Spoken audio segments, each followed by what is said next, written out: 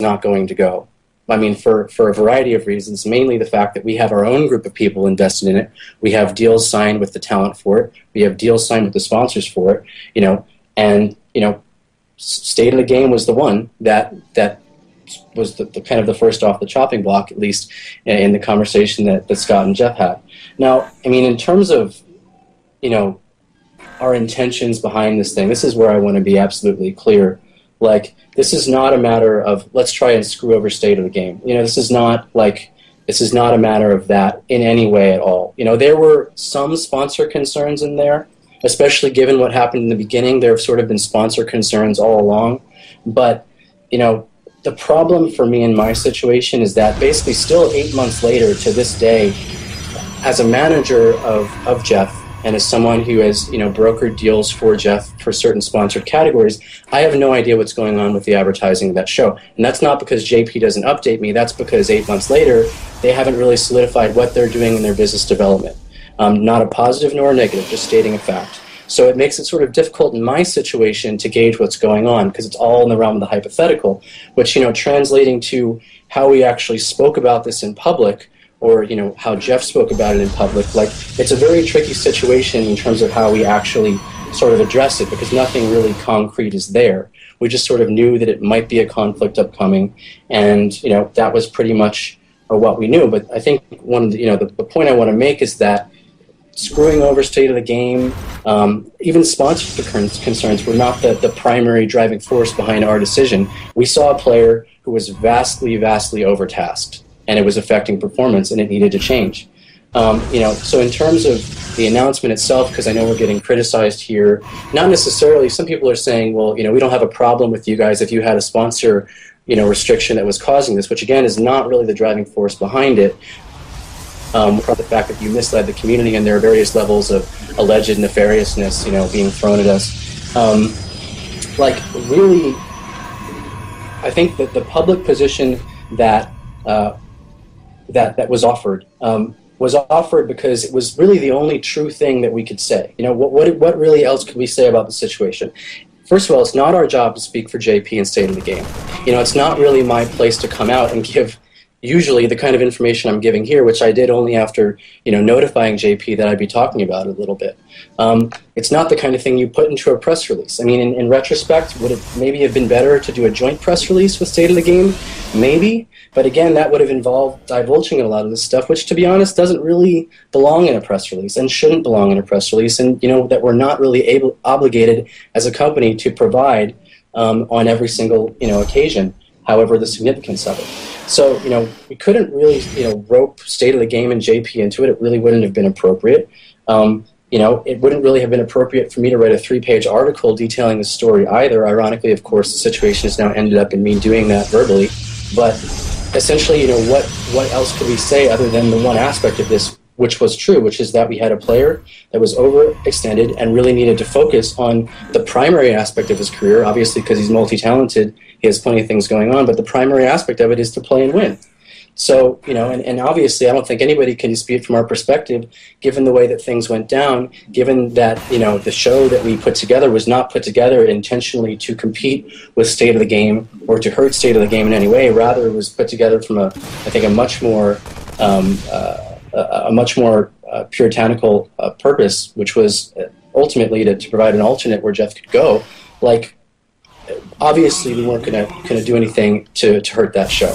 So, ultimately, that's kind of how we arrived here. And the Skype situation, obviously arose today. The Skype conversation came out, and these people in the community, I think, in particular, are focusing on, the word allowed. Just because there's really one word in that and accusing Scoots of being deceptive because he says the word allowed, and people are assuming that we threw this huge hammer down, that we specifically want to screw over State of the Game, that we tried to fluff the community, and that stuff's not true. I mean, we think we did in this situation PR-wise the best job that we could, and calling Scott deceptive, not really accurate in any case, in any form. Scott, in his conversation with Jeff, talked about trimming duties to be more focused and more specific and closer to home.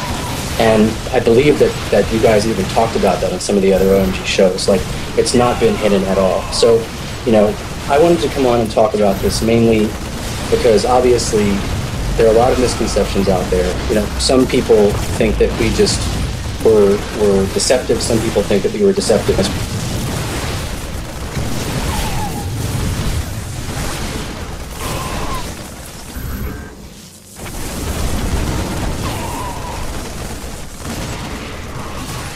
I'm going to say some stuff as well, and then we can go to the lines.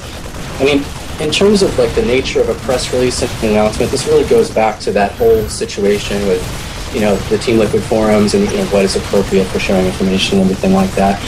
One point that I have then, that I still have now about this situation, is that it's not your job when you issue a press release to speak for other people. And joint press releases are pretty rare, especially when the organizations are not formally affiliated really in any way prior to that press release. You know, so it's not our job to speak for other people and to rope other people into our press releases.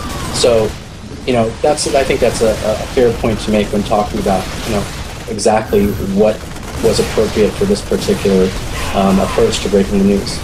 You know, if it were as simple as a sponsor conflict, like it had originally been, you know, we would have said it. And obviously we're not going to throw our sponsor under the bus, but, you know, we would have said it and we would have found the right way to say it. Like, if it was as simple as that, you know, we would have made an announcement that was as simple as that. But as you guys can see, the situation was far from simple.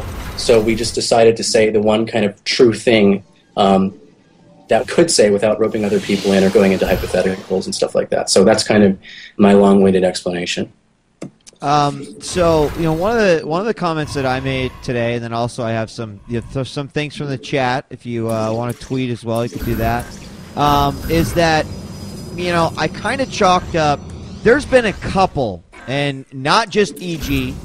Complexity has also fallen. A couple of, you know, I would say, I think you called, you know, just basically PR nightmares, Alex. You have the Destiny Complexity whole signing thing. This has come up from EG. Of course, you've had the EG Masters Cup stuff that kind of was a big hot topic, and you know that seems to be one of these common trends that happens, and that's okay.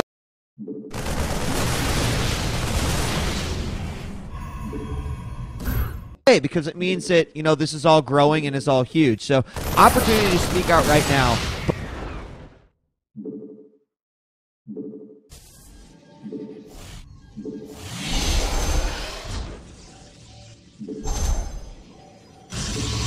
Speak to, prior to this, have you ever had to deal with something on a PR level like this before? Like, have you ever you've been involved with many communities, you're involved with CTS, to the community, with the transparency that you're speaking to now? I've definitely had situations in the past that arose that would warrant this level of transparency, and in which this level of transparency would comprehend.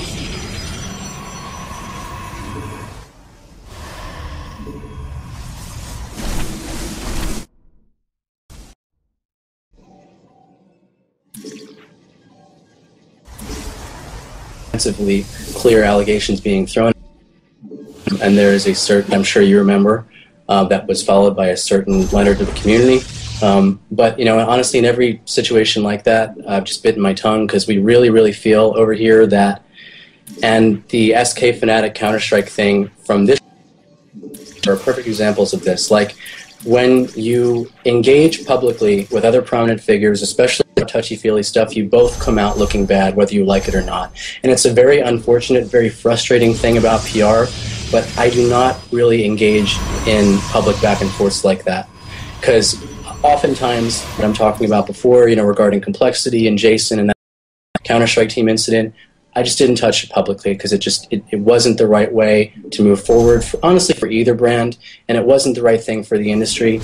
And again, I want to point to the SK Fnatic like roster thing that happened fairly recently. It's just an embarrassment. So, you know, it's generally not good for anybody. That's my opinion. Okay. Jeff, you've been kind of quiet through all this. I want to throw a question now, having heard what Alex had to say. Some of it news to me.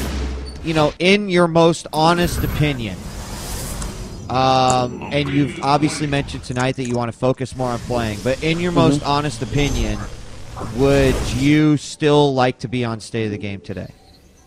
Yeah, I'm not going to lie. I mean, it's in a perfect world where everything can work out and there's not conflicts of interest and stuff, then yes. I mean, it's the chemistry there, the attention and the productivity of that show is fantastic. But to that point, I want to speak to a couple things, and I think it's something that we kind of have to, as a community, come to assess. Like, a lot of what's going on in the chat, a lot of what the word that's being thrown around in the forums is lie, and that's not the case. And I think it's really unfortunate that people are highlighting that word and taking it to that level.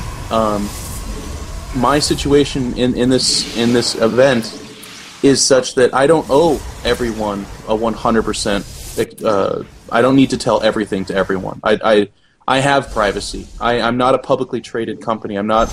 I was not being paid by State of the Game. I don't owe people an explanation to the T for why I'm not going to do something anymore. The reason I chose to give, and the one we came up with on the team, which was not at the end of the day the best one, but at the same time it was honest. I want to play StarCraft 2 for fuck's sakes, and I need to do that while supporting my team and being in good standing with the team and stuff. So if I'm doing a podcast each week that might upset some of our sponsors and puts me in this weird place where, yes, it's amazing, it's a lot of fun, it's a great thing for the community, but it's making my team uncomfortable and it's cutting into my time, then I'm going to come out and say, hey, I've got this other show that I can do that I am being paid for. It's a direct part of the reason why I have a roof over my head.